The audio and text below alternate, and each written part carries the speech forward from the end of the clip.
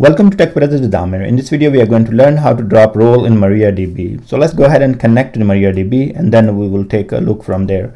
I'm going to use my root user to log into the MariaDB. Okay, provide the password, and we will be connected. I believe I typed the wrong password, so let me retype.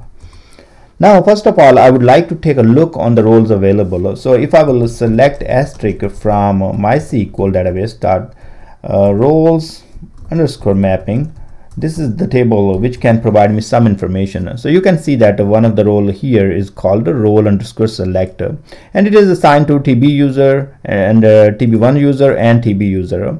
So this is a role I would like to drop, but before I would like to go ahead and drop this role, I can see the permissions what were assigned to this role. Maybe I would like to create a new role and merge them or something like that. So I'm going to say show grants for role underscore select. So provide the role name, and you will be able to see the permission this role has. So you see that it has a permission on HR tables to select the data. It has a permission such as select, insert, update, delete on all the tables in Tech Brothers database.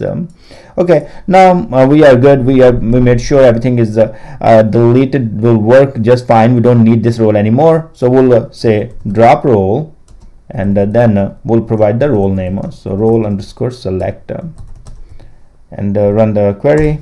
The one row is affected, so this role is dropped. Now if we would like to take a look again, we can select the data from MySQL.roles underscore mapping table and see if this role exists there. So we should see no records.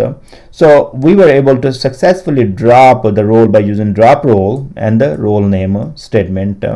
But again, if you are a DBA, you want to take care of all these things. Okay, which role you are going to drop, which users are assigned or connected with this role, and what permissions they have it.